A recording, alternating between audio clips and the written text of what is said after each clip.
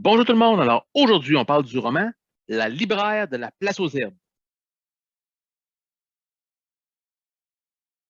Donc, comme mentionné, on parle aujourd'hui du roman La libraire de la place aux herbes, écrit par Éric de Kermel, qui Éric de Kermel, c'est un journaliste et qui est aussi éditeur de magazine Nature, qui habite à Uzès, en France. Uzès, c'est dans le sud de la France.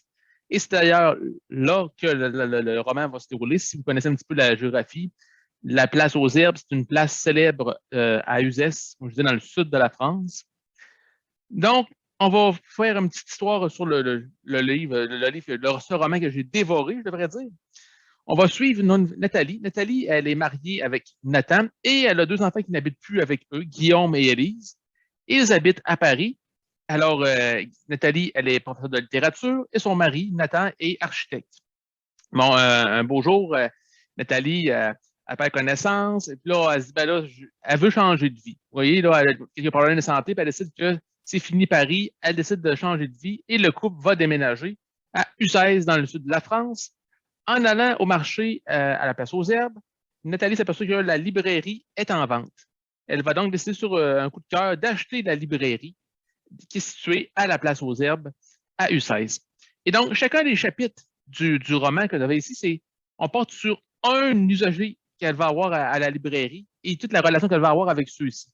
Par exemple, bon, ben, on va parler entre autres de Jacques. Jacques, c'est un personnage qui, lui, il est sur un pèlerinage, il se rend au Mont-Saint-Michel, et puis c'est un grand philosophe, donc on va aborder des perles de philosophie. On va voir Baptiste. Baptiste, c'est un client qui est plus mystérieux. Lui, il va juste à la librairie pour envoyer des livres à une personne. Bon, on va savoir un petit peu plus loin dans le chapitre qui est la mystérieuse personne à qui Baptiste va envoyer ses livres. Dans un autre chapitre, on va parler de Tariq. Tariq, c'est un soldat, c'est un Croate qui, lui, s'est engagé dans la Légion étrangère et puis qui est présentement blessé et qui n'est pas à l'hôpital militaire pas loin de UCS. Et là, Nathalie va aller lui proposer des lectures sur son lit d'hôpital. On va voir au service Sœur Véronica. Sœur Véronica, là, on est vraiment dans un tout autre monde. Sœur Véronica, elle, c'est une sœur, comme on dit. Elle est située dans un monastère orthodoxe qui est situé là aussi pas loin de Uzès, ou encore on va voir Arthur. Arthur, c'est qui? C'est un facteur. C'est le facteur qui, lui, il rêve de devenir comédien.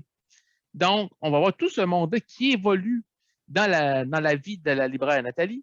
Et puis, on va voir à travers ça, ben, c'est sûr qu'on va voir des suggestions de lecture que Nathalie va leur faire. Donc, si vous voulez découvrir à la fin justement du roman, vous voyez tous les livres qui ont été suggérés par la libraire à ses clients et les relations aussi, hein, parce que là, c'est sûr qu'il y a des relations qui vont s'établir avec eux, qui vont plus loin que le roman qu'on a normalement avec une libraire. Il y en a qui vont laisser une tâche vraiment indélébile dans la vie de Nathalie.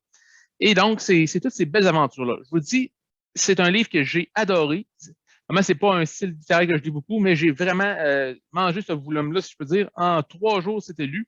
Donc, évidemment que je vous le conseille. Et juste pour terminer ma petite capsule, je tenais à vous lire une très belle citation du volume. On dit « Faites que le rêve dévore votre vie afin que la vie ne dévore pas votre rêve. » Voilà, quelle belle citation pour finir avec ce magnifique roman. Sur ce, je vous souhaite une très belle semaine et une bonne lecture.